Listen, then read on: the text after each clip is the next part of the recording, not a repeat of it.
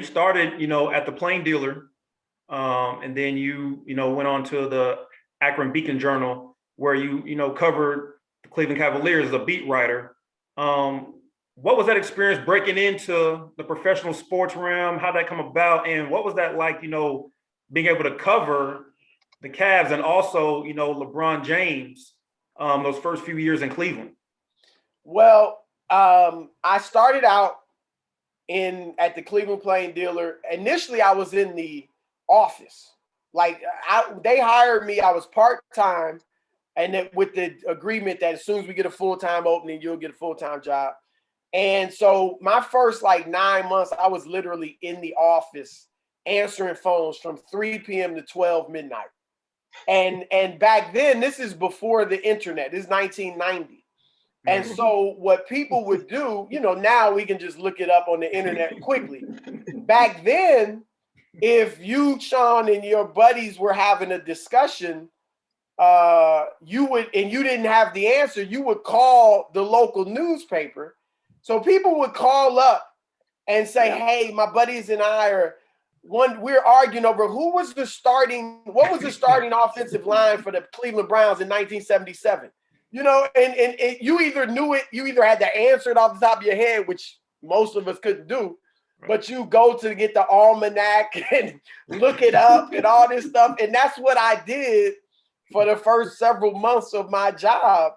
And it's funny, man, like the way you progress, it's all relative because when high school football started, so I was sitting my first year there. I was sitting in the Friday and Saturday nights. I'm in the office, the newsroom with these other guys, and our job was to answer the phone. So they would have stringers. So when a newspaper, so as you know, wherever you live, like your local newspaper would have little blurbs. They'd have a few games where they had big stories about. Right. And then they'd have little blurbs about all the rest of the games in the area, right? A paragraph or two. Right. So my job was, the way they did that is they'd have a stringer from a high school who would be at a game between two teams that the paper didn't send a reporter out to cover, but this stringer would call in after the game with, hey, Cleveland Heights beat Euclid 42-20. So-and-so had 3 touchdowns, 200 yards rushing. They give you all the breakdown. And my job was to answer the phone and take down those notes. Right. And at first, that's all we were doing. And then a couple weeks into the season, they let us actually write it up. Just so you write up your little paragraph or two and send it to the desk, the editors. And they started getting in the paper. Now, your name wouldn't be on it. But I remember the thrill of just, wow, I wrote that paragraph, like that was a thrill.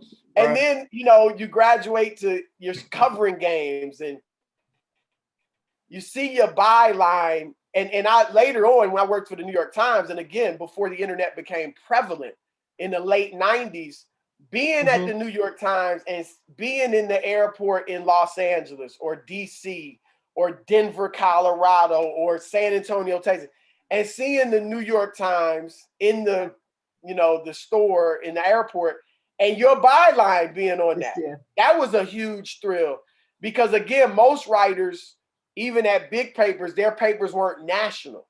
And so that was another great thrill. So you just progress to all these levels. But after about a year in the newsroom, I started covering high school games and going out and covering high school games. And I'm telling you, like, covering the pros is better, but some of my best memories are from covering high school sports.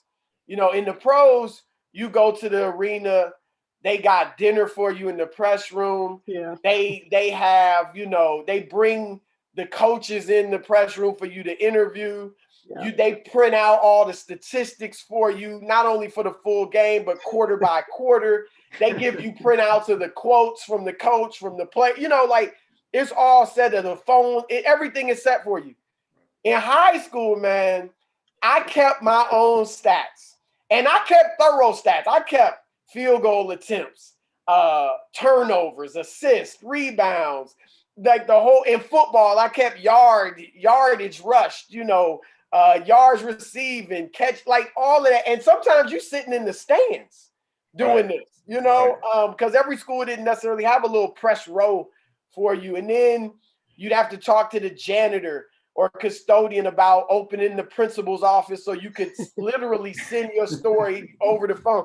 I wrote stories parked in my car at 10:30 at night, pitch black. I'm sitting in my car at a gas station, writing my story on the phone. And then you got to find a payphone. This is way back, payphones to send your story over. There were times I went to clubs or bars. Hey, I'm Chris Broussard from the Plain Dealer. I know this sounds crazy, but I'm a writer. I'm a sports writer. I got to send this story in. I'm on deadline. And they'll let you send this, like just wild memories, adventures, really. They were adventures, driving all over the state, covering different games. And I covered Earl Boykins. Remember Earl Boykins played in the NBA? Nuggets, and started out in the CBA and then moved his way up. 5'5". Covered him in high school. James Posey, who ended up having a really nice NBA career, covered him in high school, wrote stories about those guys, like met them and interviewed and wrote stories. Mike Vrabel, now the coach of the Tennessee Titans, covered him in high school. Antoine Winfield, had a great pro career, defensive back. So I had some great high school memories. But then going from that to the pros, obviously it's a big jump. You get a lot more eyeballs on your stories. And what I tell people now, like college students, because a lot of kids in college or right out of college, they have aspirations to be, as you said, the next Stephen A. Smith, the next Skip Bayless, the next Michael Wilbon or Rachel Nichols or something. And they want to be at ESPN or they want to be up there debating. I have an opinion. I can be up there with Skip or Stephen A. or something. And I tell them, I say, look, obviously you want to have your goals to get to ESPN or Fox Sports or whatever it is on a national level. But the best way to get there is to excel and dominate where you're at. So if your first job out of college is at a high school, in Montana, covering high school sports, don't be upset that you're not covering the Green Bay Packers yet and you're not at ESPN. Don't be so focused on that you can't do well where you're at. The best way for you to get to the Packers beat or to ESPN or Fox is to stand out in that high school coverage in Montana. Break the most stories, write the most compelling stories and features and things like that. And so that's what kids should focus on.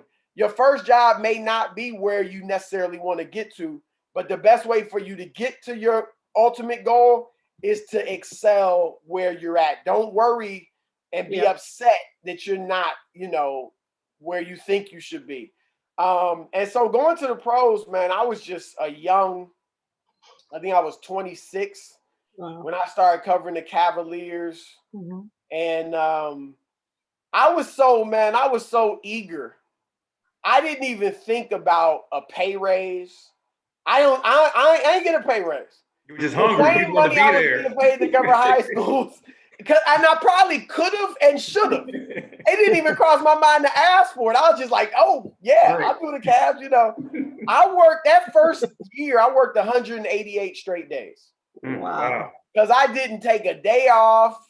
And I had actually they started me out to get used to it. They put me on the Cleveland Indians as a backup writer.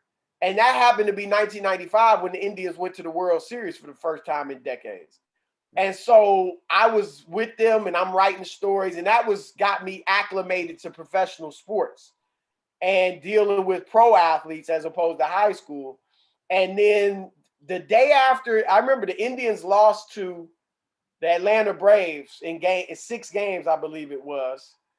And the next day, that was in Atlanta. I wrote that story. The very next day, I was in Cleveland at an event for the Cavaliers and started covering the Cavs. And again, some great experience, man. It was different back then. You know, again, no internet for the, you know, even if they had the beginnings of the internet, but nobody was paying attention to it. Traveling all over the country. And now this was before LeBron.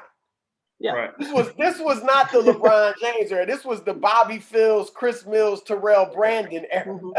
And Michael Teller was the coach. Yeah. Right. I think I probably saw LeBron because I was writing for the Akron Beacon Journal. So I was in Akron a lot, and I would be at little street ball tournaments and, you know, where the best kids in the city would play, from little kids on up to guys out of high school and stuff.